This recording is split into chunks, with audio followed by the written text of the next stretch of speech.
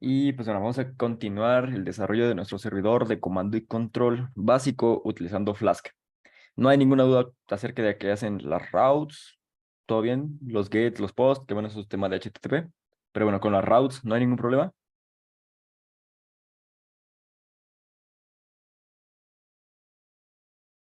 Return gente de PowerShell creada por Killmania 3000X, no me acordaba de eso.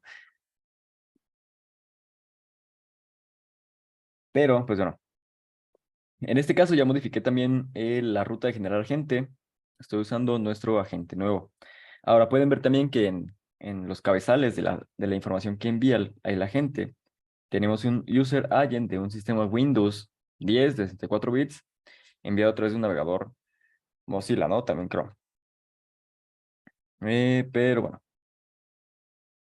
entonces tenemos una route que es la misma, ¿no? Generar agente. ¿Para qué servía generar agente? Ah, pues cuando entras aquí y pasas como parámetro a la ruta una dirección IP, se descarga en automático el agente de PowerShell con este código, ¿cierto? ¿No hay ninguna duda sobre eso? Se guarda con estas características.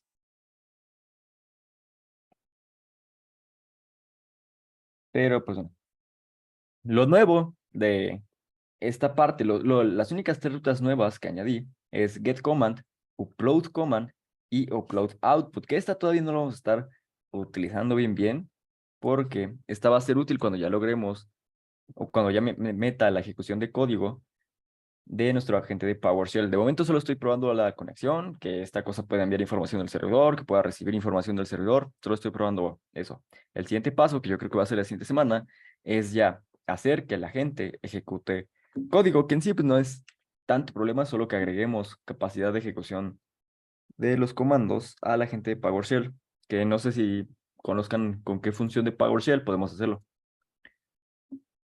¿O hay dudas con esa parte? Yo no tengo ni idea de cómo se hace así que lo de los comandos ahí. ¿Enviar qué con el PowerShell? Para la ejecución de los Ajá, comandos. porque de momento solo hemos estado probando la conectividad, ¿no? Solo es lo único que estamos probando, pero tiene que llegar un punto en el que nosotros subamos el comando al servidor y la gente pide ese comando, lo reciba y ejecute el comando. Por ejemplo, si yo pongo un whoami en el servidor, la gente pide el whoami y después lo ejecuta, pero ¿con qué función ejecutamos esas cosas en PowerShell? Mm.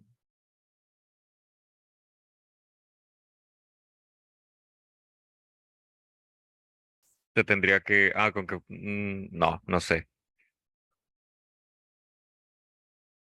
Está interesante esa parte, ¿no? Entonces, eso es lo que vamos a estar haciendo la siguiente parte. Y igual, podríamos buscar documentación de PowerShell, que en caso no sepan dónde encontrar,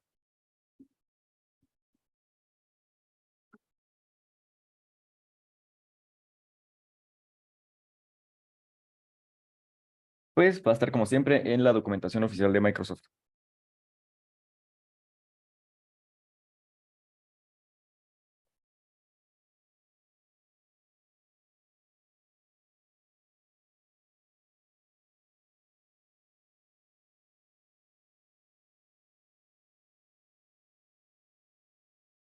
Vamos a Learning PowerShell, PowerShell 101, introducción.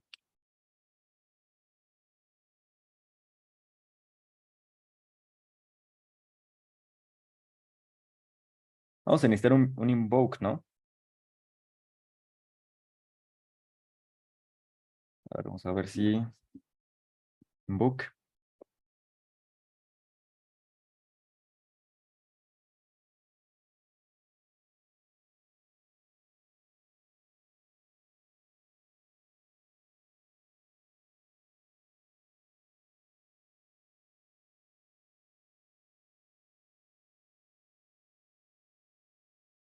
O es más, podríamos hacer incluso que el PowerShell pase los comandos a un CMD, pero bueno, si ya tenemos el PowerShell, pues ya directamente lo ejecutamos con PowerShell, ¿no? Pero bueno, vamos, es con un invoke, pero eso es para la siguiente semana. De momento solo vamos a seguir probando la conectividad de nuestro agente. Entonces, Mientras estaba haciendo esto, también surgió la pregunta de ¿y cómo cargo los comandos de tal forma que el agente pueda estar pidiendo esos comandos? Porque si es una página web, ¿en dónde se guardarían? Entonces, creé una ruta que se llama subir el comando. La forma de interactuar con esa ruta es a través de una solicitud de tipo POST. Recuerden que las solicitudes de tipo POST sirven para meter información. Es el tipo de paquete que enviamos cuando estamos iniciando sesión, cuando estamos cargando información a una base de datos en una página web. Es cuando enviamos información al servidor. Entonces, a través de un POST podemos cargar comandos al servidor. Y esos comandos, no sé si alcancen a ver esta parte del código, se van a agregar a algo llamado command. Y commands es una lista. Entonces, esa lista se va llenando conforme vamos cargando los comandos. Cuando la gente pide el comando, el servidor le pasa lo que esté en esa lista. Se lo pasa y se lo borra. Para eso es el pop. El pop actúa como un stack, es decir, se toma lo último que esté más arriba en esa lista, o el primer elemento, y una vez se toma, se borra. ¿Eso para qué? Pues para que no siempre tengamos el mismo comando en la lista, ¿no? Si no borrábamos el comando que le pasamos a la gente, ¿qué sucedería? Siempre le estaríamos pasando el mismo comando, ¿no? Entonces necesitamos mandárselo, una vez lo toma, lo borramos ahí y puede ejecutar los siguientes comandos. Pero, pues bueno, también está la pregunta de ¿y cómo le hacemos para subir los comandos? Porque pues eso solo es la ruta que se los pasa, ¿no? Una vez tú entras aquí, se te regresa ¿qué? El comando. Pero ¿cómo lo cargamos? Sí, ya sabemos que con un post, pero ¿cómo será? Bueno, pues para solucionar eso, eh, creé un script en Python que simplemente lo que hace es realiza las solicitudes de post a nuestro servidor. Y aquí, pues bueno, lo estoy poniendo con el 127.0.0.1, pero ¿eso por qué es? Porque el servidor está funcionando en esto mismo, ¿no? Lo pasa o lo que sea que vayamos a meter, lo mete en el puerto 5000, en esta ruta en upload-command. Esto es simplemente lo que aparece en pantalla. Cuando ejecutas el script, lo que metes a través del teclado se guarda en command. Y después hacemos un arreglo llamado data, en donde command es igual a lo que hayamos puesto aquí. Y ya después simplemente mandamos la información al servidor. Entonces, ¿cómo estamos mandando la información al servidor? A través de un pequeño script, que lo único que hace pues es esto de aquí. Ingresa el comando cargar. Ahorita pues ya está funcionando el servidor. Entonces, si yo pongo aquí un whoami, dice comando cargado exitosamente al servidor. ¿Y el servidor qué es lo que recibió? Digo, podemos saber qué es por la hora, a las 41. Ya que está, recibimos un post de nosotros mismos. Pues, podemos saber eso por la IP. Y es un post de información, ¿no? Y se está cargando la ruta de upload command. Eso es por el script. Entonces, en este momento, dentro del servidor, eso que yo cargué, que es el whoami, ya está guardado. ¿En dónde? En la lista llamada commands. Y una vez ejecutemos el agente se va a conectar. Y si checamos el código de PowerShell del agente, que otra vez de momento solo está pidiendo la información, ¿no? Pero la siguiente sesión, lo que hacemos es, vamos a modificar este PowerShell para que ya no solo envíe y reciba información, sino que ejecute esos comandos que le enviamos. Pero bueno. URL, pueden ver que la del servidor es el servidor que está funcionando en Kali Linux, al puerto 5000, get command. Entonces, se está conectando al directorio get command, ¿no? El script de Python, ¿a dónde manda la información? A upload. Entonces, vamos a ver qué hace la ruta de get command. Si existe el comando, ¿qué es lo que se hace? Lo sacas de la lista y eso que sacaste de la lista lo regresas a quien haya solicitado la información en get command. Y en este caso, ¿quién está solicitando la información de getCommand? El agente de PowerShell, ¿no?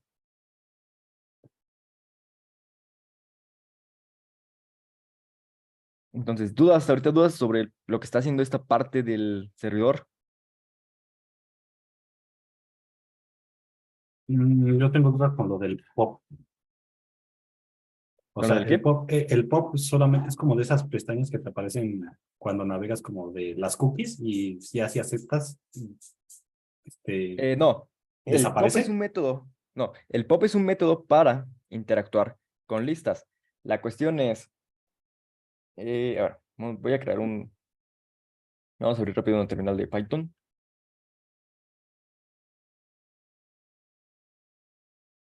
Y a ver, supongamos que tengo una lista llamada carros, ¿no? Ajá.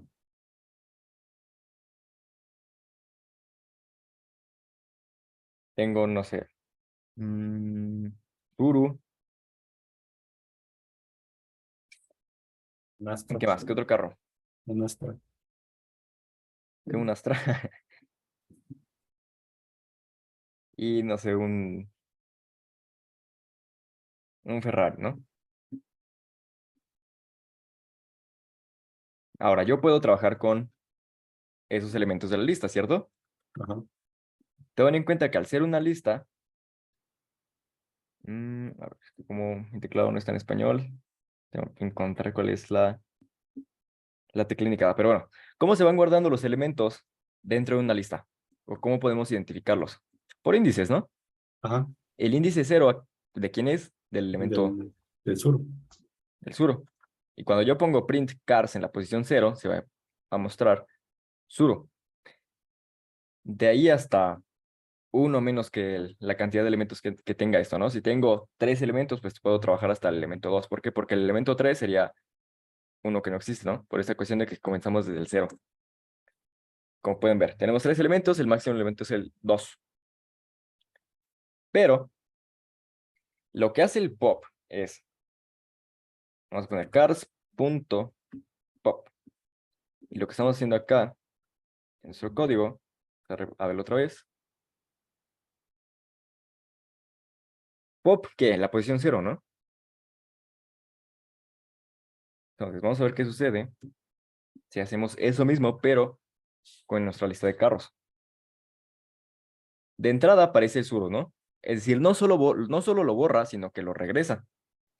Pero si en este momento yo imprimo toda la lista de cars, ¿qué es lo único que tengo?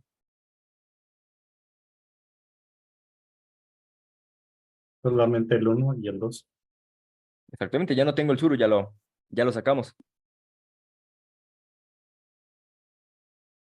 Entonces, ¿qué es lo que tiene que hacer el agente? Vamos a abrir otra vez la imagen. Entonces, por eso pones la función, la de return, para que lo vuelva a ingresar en la lista de cars. Mm, en la de cars, bueno, no es necesario el return, porque el mismo pop, al momento de ejecutarse, no solo lo borra, sino que lo regresa. Ah, ok, ok, ok. Ya está. Pero bueno, el agente, que en este caso es quien, el PowerShell que está funcionando en el sistema objetivo, ¿no? ¿Qué es lo que tiene que hacer? ¿Qué tiene que pedir del servidor? Bueno, solicitar los comandos, ¿no? Exactamente, solicita los comandos. Pero la forma en que nosotros estamos haciendo eso es, utilizando este pequeño script de Python, nosotros podemos enviar a través de post esos comandos al servidor de Flask. Pero, ¿dónde los estamos guardando esos comandos? En una lista. En la variable de, bueno, la lista de comandos. Ajá. Ahora, cuando alguien pide o entra a la ruta de getCommand, lo que sucede es, pues si está comandos, la variable command es igual a commands.pop en la posición 0. Si esto lo hacemos en nuestro sistema interactivo de Python, yo podría poner carro, es igual a cars.pop en la posición 0. Entonces, carro, ¿a qué creen que sea igual? Cars pop. ¿A, seguro? ¿A todo cars pop? Porque el cars pop, ¿qué va a hacer? Ah, bueno, no, solamente al 0. Cars pop 0. Ajá, pero ¿quién es cars pop 0? Bueno, sería el Zuro, en este caso. Ya no, pero Zuru sigue estando en la lista. No, ya no. Entonces Entonces sería sería igual a quién. a Astra. Ok. Y, o sea, ¿y el Zuro qué posición tomaría después? ¿Sería el 2? El Zuru, no, el Zuru ya se murió. Para eso es el pop, o sea, el pop, el elemento que pases, lo regresa y lo borra. ¿Y por qué motivo necesitamos borrar los comandos? Porque ¿qué sucede si es cierto? Yo como operador, le digo al servidor, ejecuta tal comando, ¿no? Quiero un whoami o quiero un ifconfig para ver la configuración de IP del sistema que ya infectamos. Pero si yo únicamente cargo el comando y lo dejo en el servidor y el agente pide ese comando y luego vuelve a pedir el comando, ¿cuál estaría pidiendo otra vez? El mismo, ¿no? El mismo. Ok. Entonces, en cuanto se pide, ¿qué le tiene que suceder a ese comando? Se tiene que eliminar para que Se tiene que eliminar. bueno, esté nueva la variable, ¿no? Por así Exactamente. decirlo. Por ese O motivo, sea hacemos que, el punto pop. que Ajá. por ejemplo, si no borraras ese Juami, te daría la respuesta del mismo Juami. O sea, es decir, no te daría una respuesta nueva a menos que lo borres, ¿no? Ajá, pero voy a comentar esto. Si hubiésemos dicho, bueno, a ver, el comando que le vamos a enviar a la gente es igual a commands en la posición 0. Es cierto, command va a ser igual a Juami, ¿no? Al Juami que ya hemos mandado. ¿Y qué le vamos a regresar a la gente? El comando. Pero la siguiente vez que la gente se conecte, ¿qué información va a encontrar? La misma. El Siempre. mismo comando, porque no lo borramos. Aun cuando en la lista haya una cola de distintos comandos a ejecutar, ¿quién va a seguir en la posición 0? El mismo Juan. El mismo, y podríamos decir, bueno, pero podemos ir aumentando uno, ¿no? Para que siga pidiendo los siguientes comandos. Pero ¿qué es más fácil hacer eso? Y quién sabe Y- cuántos comandos le y- vayamos a enviar.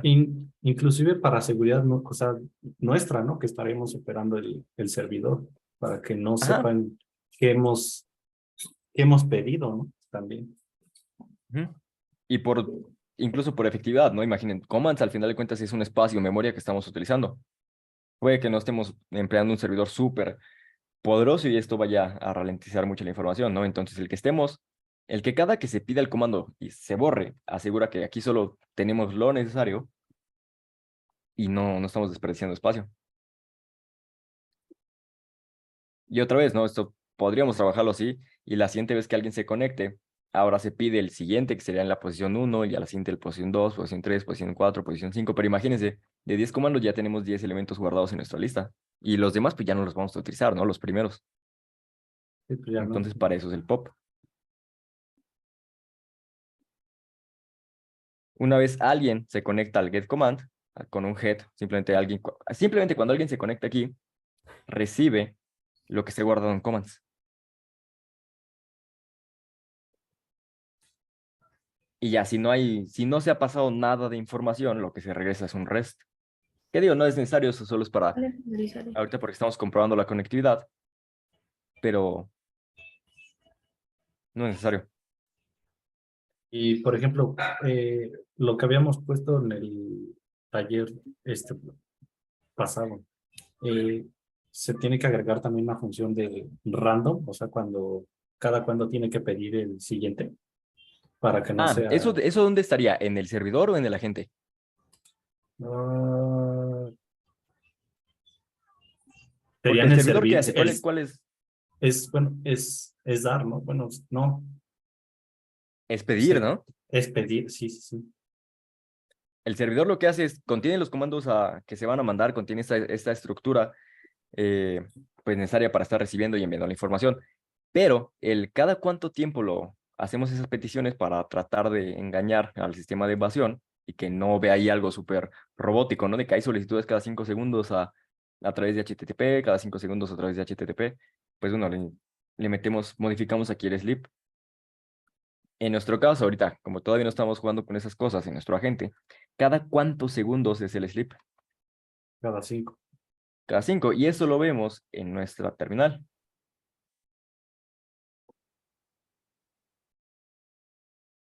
Por ejemplo, esta petición, ¿no?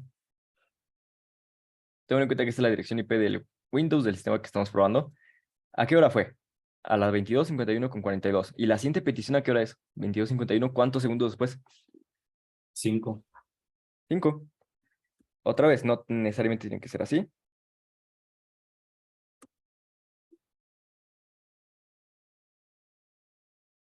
Pero, a ver, vamos a detener nuestro PowerShell. Y vamos a decirle que sea cada, no sé, cada 7 segundos.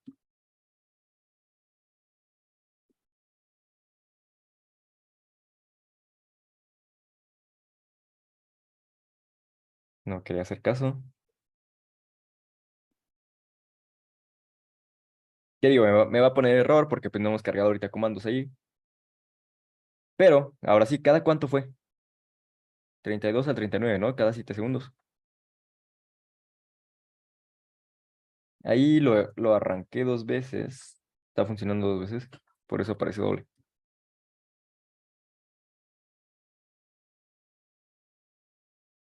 Y ahora sí deberíamos dejar de recibir peticiones. Entonces, dudas hasta ahorita con lo que ya tenemos en nuestro servidor.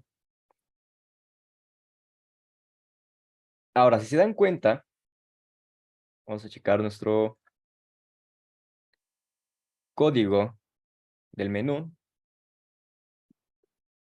Vamos a Visual Studio otra vez. Vamos a menú. Dice URL HTTP, que ahorita es la local, ¿no? Entonces, también con esto, ¿qué estaríamos solucionando? ¿Qué posibilidad tenemos ya con esto de acá?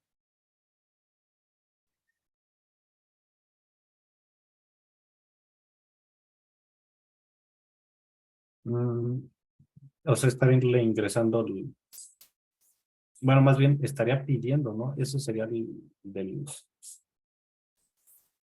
ingresa el comando cargar. Ajá.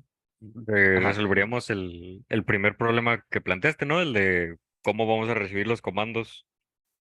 Ajá, y también, tomen en cuenta que anteriormente todo lo teníamos puesto en un solo lugar, ¿no?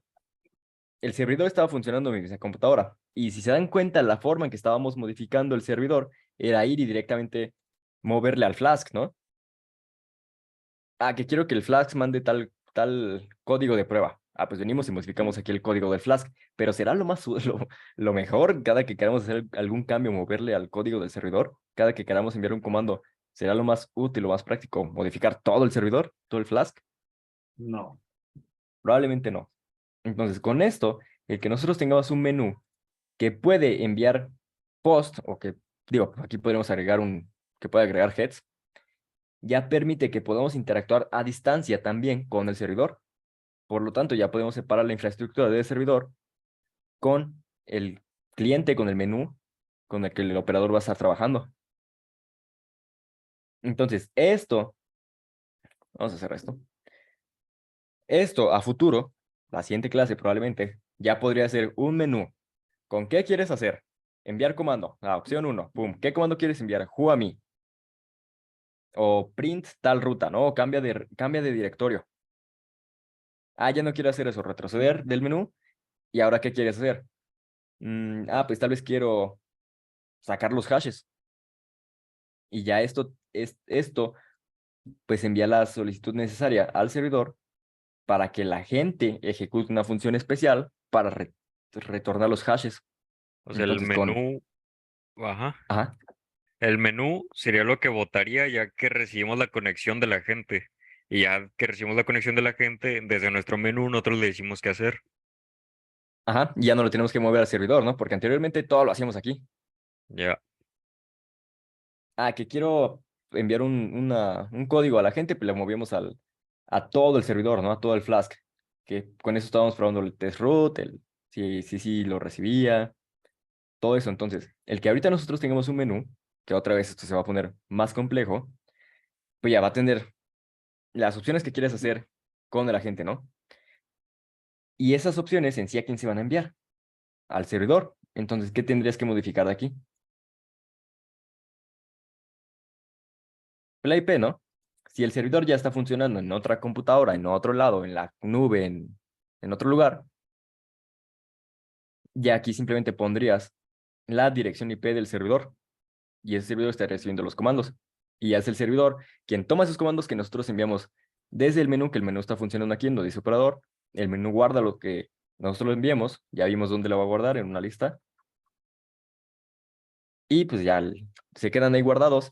Cada cierto tiempo el agente pide esos comandos y después los ejecuta, ¿cierto?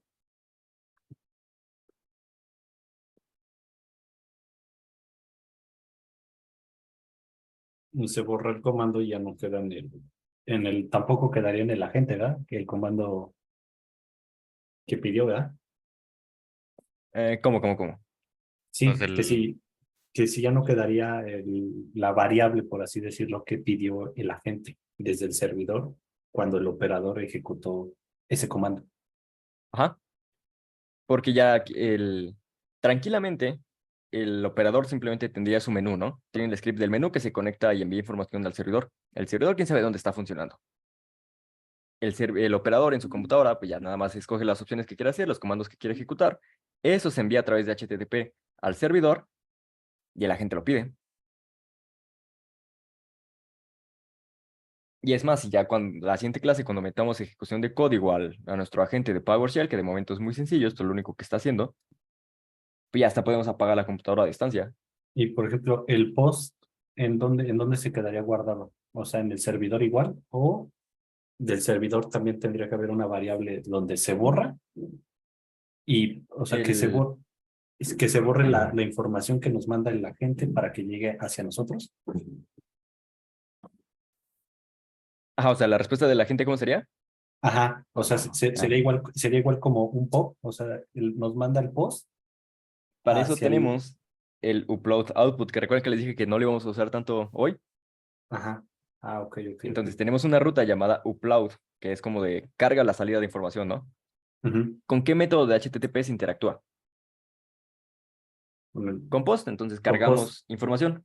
Con esta ruta es con la que va a estar interactuando después el agente. Y es ok, más, si se ok. dan cuenta y checamos el código de PowerShell, al final de cuentas, ¿qué es lo que hace? El último paso de la agente, ¿qué es? El cliente carga los valores ¿a dónde? A HTTP, la dirección IP del servidor en tal puerto. ¿A qué ruta? A upload. ¿Y qué es lo que Ah, manda? La la respuesta. dot, ok. no se podría hacer eso con un invoke web request con un post. Ujú. Ok. Podemos hacerlo con Invoke, podemos hacerlo con el client. Ahorita lo hice con client para que tenga la estructura de navegador.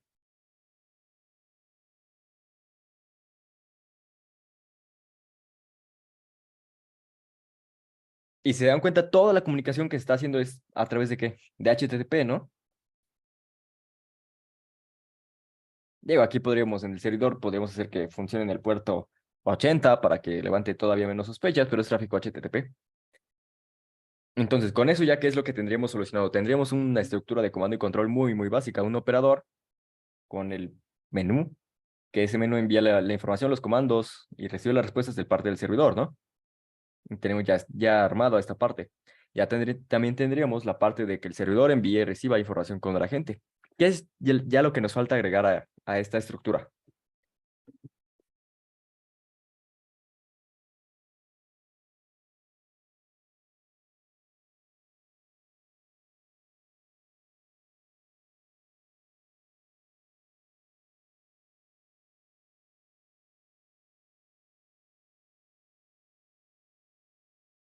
¿Qué faltaría? De lo que dijimos que tiene que hacer un C2 básico, o todo C2.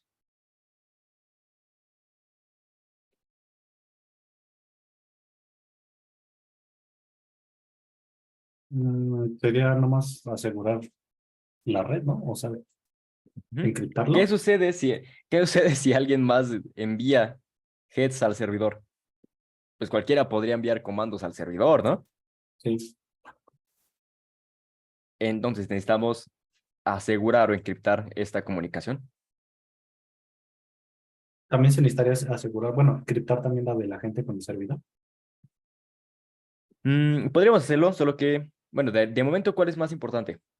Pues la del operador y el La servidor. de operador y servidor, ¿no? Y asegurarnos que solo el operador correcto pueda enviar ese tipo de solicitudes al servidor. De la gente, sí, lo mejor es que la comunicación que está generando este malware esté encriptada, pero de momento podemos dejarlo así. Porque cuando metamos esa cuestión de que la gente se comunique de forma encriptada con el servidor, el agente tendría que tener la capacidad de encriptar esa comunicación, ¿cierto? Y ya tendríamos una pieza de malware más compleja. Tenemos que hacer que el servidor le asigne certificados al malware. Ujú. Ajá, eso si queremos que sea por HTTPS, o podríamos seguir mandando la comunicación a través de HTTP, pero cifrar las comunicaciones añadiendo una función local en nuestro agente de PowerShell y que cifre con XOR, con AES o con RC4. Entonces podría ser la... Y ya tener la Ajá, llave nosotros. ujú. Solo que surge un pequeño problema, ¿no? Si alguien encuentra la agente, tendríamos que ofuscar un poco el código para que no encuentre tan rápido la llave, porque aquí mismo tendría que estar la llave. Estaría, a esto se le dice como hard coded, como puesto en piedra. O sea que viene aquí mismo el código, en el mismo código viene la llave de cifrado. Pero bueno, si se dan cuenta, pues ya logramos ya estamos logrando la estructura básica de un C2, ¿no? Y en ese caso no se podría hacer un cifrado asimétrico, que aunque vea la llave, pues no le sirve de nada, porque lo único que va a poder hacer es cifrar, no descifrar. Podría ser si desde que armamos el agente, al momento de hacer la petición para armar, ahí mismo ponemos la llave, ¿no? Y ya de esta forma no mandamos la llave dentro del agente. Ah, pero bueno, igual tendríamos que, al momento de enviarla, tenemos que cifrarla y pues la computadora no tiene la llave para descifrar. Ajá. Entonces, desde que pedimos hacer el agente, el servidor tendría que guardar como la llave de ese agente en específico, ¿no? Ujú, Y ya lo haríamos un poco más complejo porque la servidora ahora tendría que tener una lista de llaves y qué tal si se está comunicando con múltiples agentes. ujú, ok. Entonces sería más caro, o sea, sería más caro en la infraestructura, ¿no? Por así decirlo. Ajá. Sería algo más que tiene que, con lo que él tiene que lidiar el servidor, las llaves de los agentes. Entonces, para evitarnos eso, pues podríamos directamente hacerle hard coding a la llave y ponerlo en el código de la gente. Ahora es cierto, si lo encuentra, pues lo van a ver la llave de la comunicación, ¿no? Pero pues eso es si lo encuentran. No es lo mejor, no es lo más óptimo, pero si lo encuentran.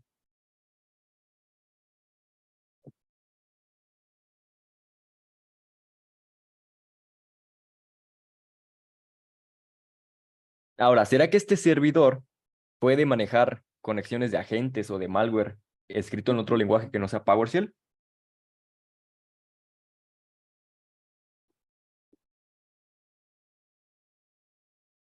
Pues Pues en sí, principio lo único que recibe es la conexión, ¿no? Como tal, no sabes si la conexión viene de PowerShell, C, C Sharp.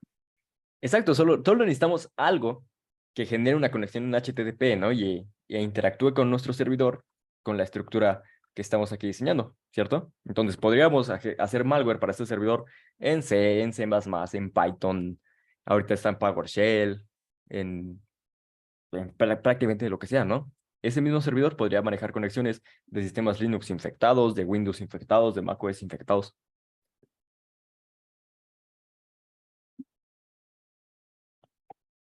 O sea, literal, Entonces, le podríamos cargar lo que sea. ujú, siempre y cuando maneje la conexión por HTTP. Sí. Ahora, en el caso de algo súper robusto y que por ese motivo pues vale 100,000 baros un año de Cobalt Strike puede generar cargas en HTTP, en HTTPS, en ICMP, en ping. Puede generar cargas a través de ping, puede generar cargas a través de DNS, puede generar cargas crudas en TCP, en el puerto que tú ¿Cómo, quieras bajo... ¿Cómo qué? cómo que cargas en ping? O sea, literalmente en los paquetes que envía por el ping envía la carga, ¿o qué? Ujú. O sea, en lugar de enviarlo del ping de tal, tal, tal, envía código para obtener alguna petición. Ajá, es que a través del ping podemos...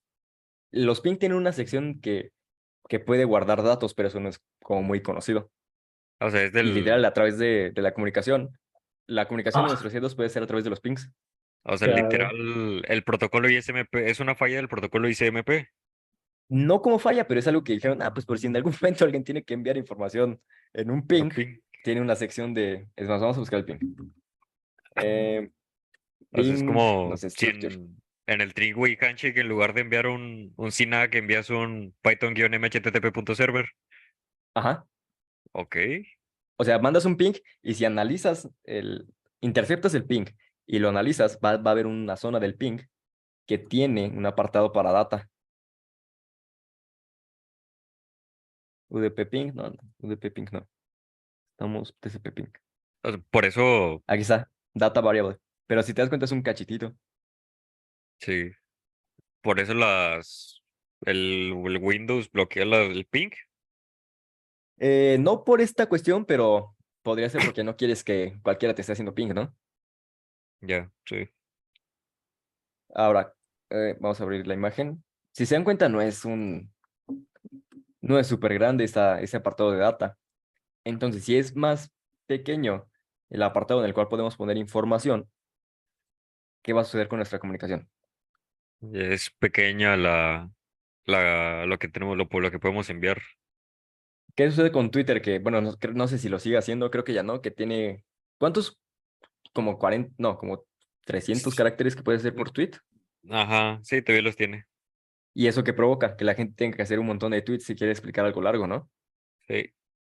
Entonces, si hacemos ese 2 por ping y alguien se pone a interceptar el tráfico de esto, pues va a haber un montón de pings, ¿no? Y se le podría hacer extraño, pero es solo si se pone a interceptar la comunicación de su propio sistema y analiza sus comunicaciones. Pero hay cómo sería, o sea, por ejemplo, si quisiera checarlo con Netstats, Con Estado, con Wireshark o con alguna herramienta de log de comunicaciones. pero Entonces, si, pero ajá. si se encripta, o sea, ya no, Tomen en cuenta que el encriptar no es hacer esteganografía. Entonces, es simplemente, aún si lo intercepta, no lo puede leer, ¿no? Pero sí puede ver qué está pasando por ahí. pero sería muy raro, ¿no? Que lo checara. Ajá. Sí, sería muy raro, solo que tomen en cuenta que muchas de esas cuestiones no las estamos diseñando para cosas domésticas, ¿cierto? Y el doméstico, pues sí, podemos casi asegurar que no lo van a revisar. Pero ¿qué Ujú. sucede en un entorno empresarial? Y ese paquetito y de data no se puede mandar un comprimido o un hash. Es que la cuestión es que va a llamar la atención que esté haciendo tantos pings, ¿no? Mm, ok, O sea, está interesante porque, pues igual y lo ven y dicen, es un ping, ¿no? Pero sí, eso mismo podría decir que, porque hay pings cada 4 segundos. sí. Ahora, también podemos hacer C2 a través de DNS. Y en las solicitudes de DNS, meter los comandos, la información que estamos filtrando, o sea, la comunicación de la gente y el servidor. O sea, en todos los protocolos, Pues en cualquier protocolo que se interactúe con información, ¿no? Que tengas Ajá. con el que puedas transferir algún tipo de info. O sea, todo lo que sea internet nos sirve para hacer comunicación de C2. Ok, ok. Entonces, oh, un ya. C2 más robusto, más profesional, puede armar cargas que se comunican en HTTP, en, a través de DNS, a través de ping, a través de todo esto, ¿no? ¿Y son cargas muy complejas o no tanto? No, pues sí, sí es complejo alcanzar ese nivel, porque pues imagínense, a nosotros todavía tendríamos que agregar la autentificación, ¿no? Sí, Y el que pueda manejar múltiples agentes. ok, Entonces ok. pueden ver por qué Cobalt Strike vale 80,000 al año. Sí, porque literal te aprovechas de lo que quieras. Ujú. Y el Cobalt Strike ya tiene incluido todo eso. Ok. Ahora, algo más que tiene Cobalt Strike es que tiene incluidas características para hacer más evasiva las cargas. Entonces no es solo que las genere, sino que puedes ahí moverle para que sea más furtivo y evasivo y etc, etc. Pero bueno, esa es como la estructura general que debe tener un C2. Aun cuando es algo muy básico lo que estamos haciendo, se dan cuenta el nivel de complejidad que alcanza rápidamente, ¿no? Sí, pues, va aumentando cada vez Ujú. más. Pero bueno, esto que estamos haciendo es como parte de programación ofensiva o offensive tooling. Que en sí, pues no hay mucha gente haciendo eso, porque ¿cuántos hay creando herramientas como estas, no? Contados. Entonces, ¿dudas hasta ahorita? Que bueno, como tal ya estaremos terminando. Increíble. Entonces, ¿qué haríamos el siguiente taller, la siguiente clase? A nuestro agente ya le agregaríamos la capacidad de ejecutar código. Ahora, ¿está correcto, está bien que cada que arrancamos el agente aparezca esta ventana? No, porque No, ¿no? pues Entonces eso lo tenemos que ocultar también.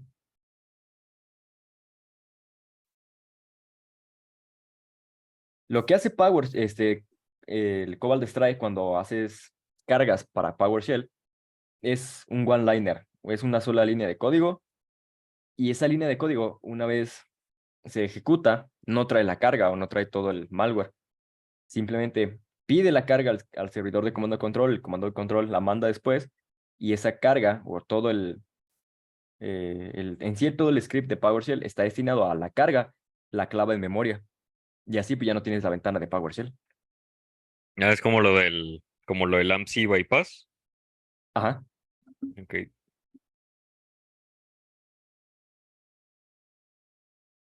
Y Bueno. alguna vez tuve que hacer algo así para cargar el Mimikatz. Ajá, que lo metes a memoria, ¿no?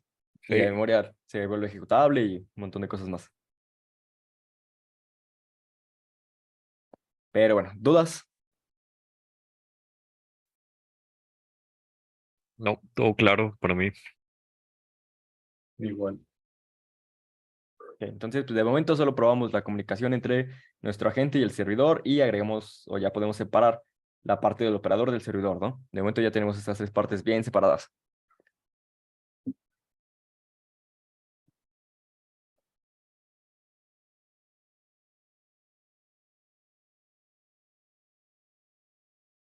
Entonces, pues bueno, en caso de que no haya ninguna duda, ninguna pregunta, hasta aquí dejaremos la sesión de este taller. Yo creo que en 2 sesiones más, 3 sesiones más, pues ya terminamos como tal.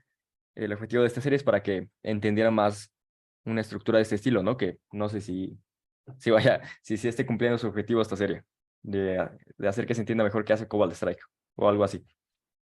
Un programa de ese tipo. Sí, sí, sí. Bastante. Estaba súper complejo, ¿no? Increíble. Yo no me sabía eso. Bueno, o sea, sí sabía que tenía un pequeño, o sea, una data, pero no me imaginé que fuera cualquier Ujú. protocolo. En caso de que pues no quieran pagar la licencia de $5,000 de Cobalt Strike, que probablemente no, pues bueno, hay otras opciones, ¿no? Está Empire, pues se puede meter a un grupo de Telegram medio oscuro y conseguir un Cobalt Strike craqueado. Pero está Ah, Empire, está... Ajá. ¿alguien dijo oscuro? O pueden meterse aquí a la página de C2 Matrix que evalúa y compara múltiples software de comando y control. Pero bueno, está Empire, está El Amon A. el Among A, que bueno, se dice que usa partes liqueadas Cobalt Strike. de Cobalt Strike. Está también Havok. Havok es muy, muy bueno y está moderno. De aquí, los que conozco, está mm, Merlin, Mythic, Power Group no lo conozco, Silver tampoco. Bueno, había otro, el Covenant. Covenant, El ajá, Covenant, sí. Covenant. O creamos el nuestro. O creamos el nuestro. Y ya lo venden en grupos de Telegram de niños de 14 años. Les venden su suscripción de $500 a la semana. Empiezo a vender en la fácula. Ahí les C2 local, apoyen el negocio local. 500 varos la hora, mejor. Como en la Universidad de Guadalajara que tienen su tianguis en la escuela. ¿Tú qué? Con un tianguis en donde venden comida. Los Ah, alumnos. ya. Yo voy a vender ese 2. Hice 4. Sí. Pero bueno, a ver, voy a dejar de grabar. Otra vez espero les haya gustado. Ese despido es para los que ven la grabación, ¿no?